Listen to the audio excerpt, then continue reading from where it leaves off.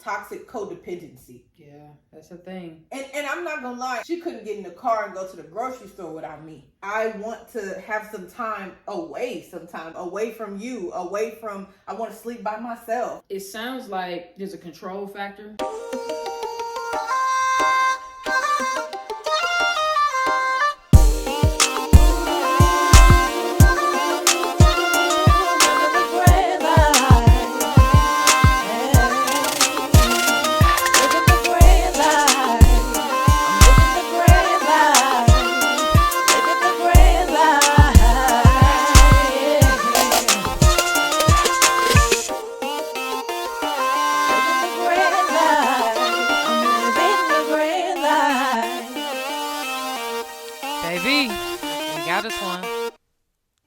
What's up, everybody? I'm Natasha. And I'm Tristan. Welcome back to our channel. Livin LaGrande Lyfe. It's Monday, so you know what that means if you've been here. And if not, go ahead and let them know, baby. It's my favorite day of the week. So you know what that means. It's Mind Your Marriage Monday. What does that mean, though? That means that for the next 10 minutes. That's it, though. We about to come up out of our situation and mind your marriage. So on Mind Your Marriage Mondays, we take 10 minutes to discuss one hot marriage relationship topic and really sort of give our feedback on the specific situation. Sometimes we agree, most times we don't.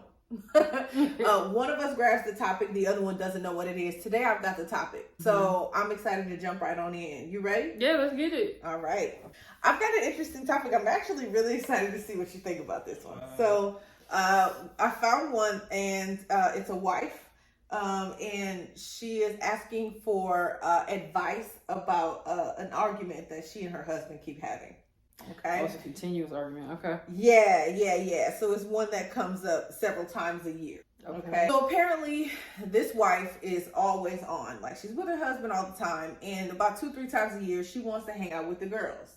And they go and hang out. And typically, because her friends live about an hour away, when they hang out and they're drinking and everything, she likes to spend the night with her friends. Makes sense. So her husband ain't feeling it. Her husband says, you need to come home every single night. I don't mind you going out, but you need to come on home. Ain't no spending the night with the friends, right? She's starting to feel some resentment because she was like, this is like a self-care for me. Like, I want to have some time away from you, I want to sleep by myself. I want to hang out with my girls. I want to, relax and be off for a little bit. This is a huge deal in their relationship. And so what say you?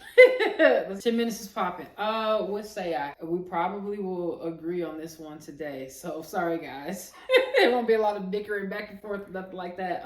I don't see the problem of her staying the night. It's not like she's going weekly. Because then, I would think something's going on there. That would be right. But if she's a couple times a year hanging out with her girls that are an hour away, if they've been drinking or hanging out all day and she's tired, I wouldn't want you driving back for an hour after you've been drinking and it's nighttime or you're really tired. I mean, if it honestly is that big of a deal to me, then I get in the car, I drive an hour to pick you up, and then we come back. But that wouldn't make sense because you drove there. Right. If it was the biggest deal, then I take you and bring you back. But it sounds like there's a control factor going on there, that he may have some control issues or he has some trust issues. Which those trust issues. Those a lot of times kind of coincide depending on the past. I don't know. Again, we always get these scenarios missing vital information. So I don't know where this stems from for him, if it's something of his past. He just feels like a married woman should be at home with her husband at night, like as she should. But you want her to risk her life or risk her career or her future by out of 365 nights or days and 364 nights, out of those 4 of them, she's not with you. Because if she had a traveling job, she wouldn't be sleeping with you. Right. Even if not traveling, but she went out of town and you weren't with her, she wouldn't be sleeping with you, and vice versa if you did as well. Yeah. So devil's advocate. All right. And I wouldn't say this is my stance on it or anything, but what if it's like, well, if you feeling like you can't drive home because you drunk, why you get so drunk every single time you can't drive home? Yeah, Perhaps, if you know that's something that's concerning to me, then don't get yourself in a predicament where you can't drive home. Or why can't your friends come closer to you sometimes? Why are you always going an hour away to go hang out with them? Why can't they come hang out with you and they can spend the night at our house? I don't disagree with any of that. If her and her girls hang out, more than 3-4 times a year, and that might just be the time that she's got to go, and it's her turn to go out to them. Women, when they get together, because this life is not easy. Being married is not easy. Being away from friends is not easy. I don't know if they have children, or that didn't come up, so they probably don't. But having family and work, it's not easy. So some people, it's peaceful to get away and drink. It's also peaceful to just, you ever been out with your friends and you're constantly watching the clock to figure out when you have to get home to get back to your spouse or your house? It's not as fun. Right. If I'm clock watching. Right. And if it's something that's therapy for her, it's therapeutic, when she does go, she might not have drank the whole day. She might just be tired or just want to enjoy being there with the girls. Right. And I would completely get and understand that. Yeah. I personally would be content with that because that allows me some time to me. Yeah. Does it change if it's the man that's going out 4 times a year, spending the night with his friends? No.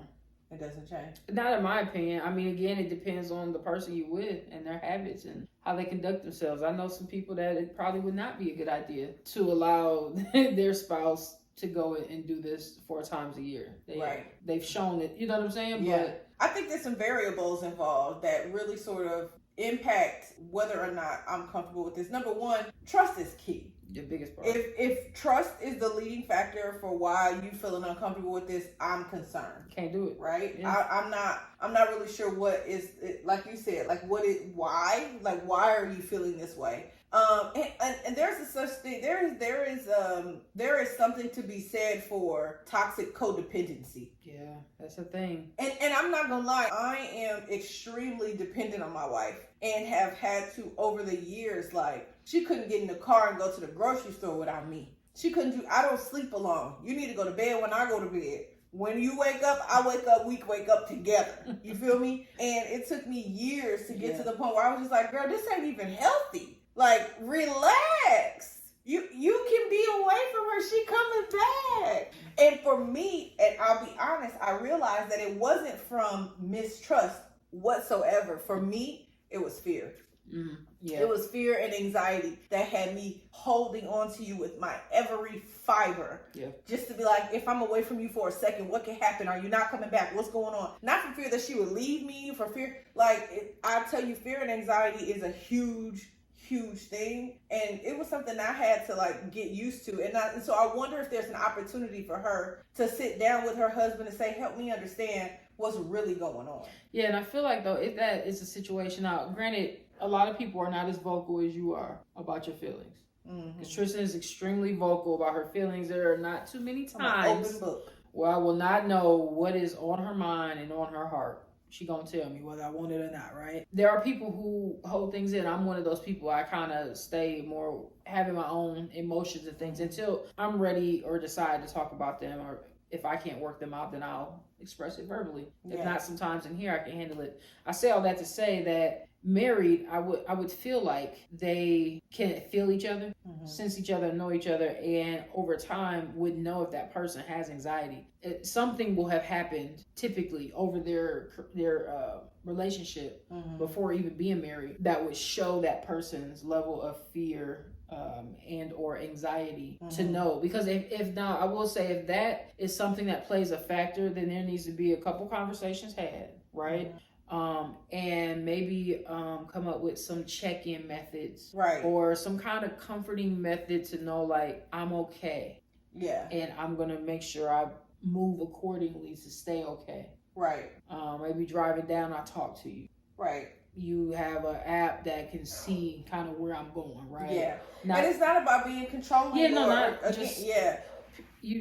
And I think for me, what really helps and what might help in some of these relationships, like, I don't know if these couples, if they have faith or if they're, if they into God or whatever. The fact of the matter is, you don't got no control over it anyway. Yep. You know what I mean? Like, ain't no point in holding on so tight. Sometimes you hold on so tight out that it just like pops out of your hands. You squeeze it, it's gonna fall out. Like you can't. There's only so much control you can exert over a situation, and so holding on too tight is actually gonna be a hindrance to you, and not actually help the situation. So I don't know if that's his situation or whatever, but I hear her saying sometimes I just want to sleep alone. That makes me wonder if this month is clingy as hell. And when you got done, I was going to say he might be a hella clingy person. So we'll give the example of I'm extremely independent.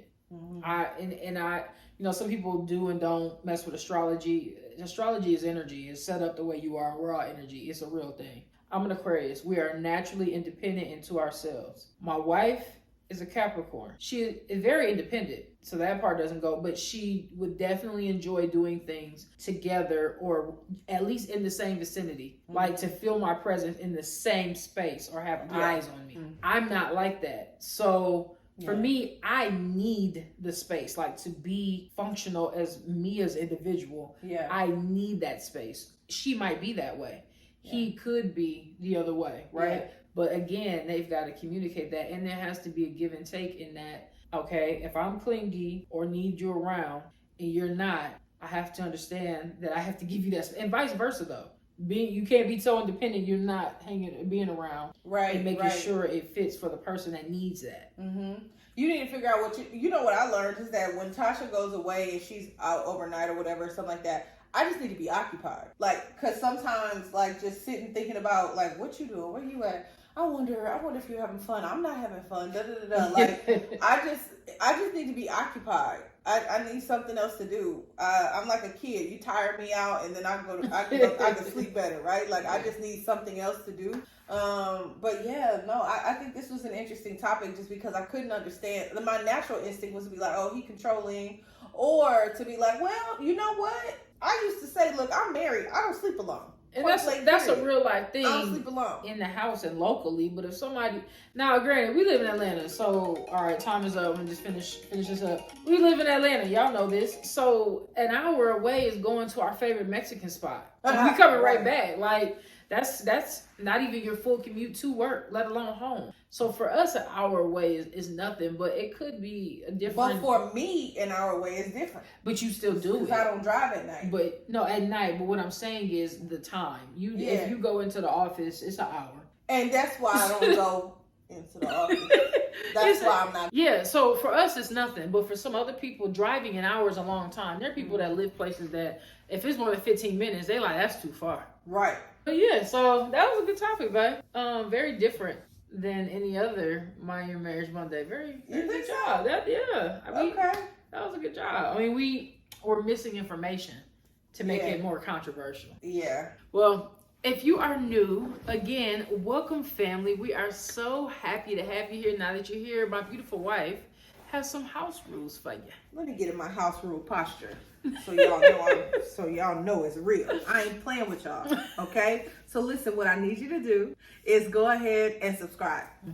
Yeah, go ahead and subscribe. And when you subscribe, make sure you hit the notification bell so you are notified when your new friends LaGrande's post some new content. While we're on the subject of content, did you like this? Tasha says this was a new type of topic. So let me tell you, did you like it? Did you think it was boring? Did you want something a little more controversial? Do you always want me to tell her to leave? Because that's what I feel like I've been doing lately. You have.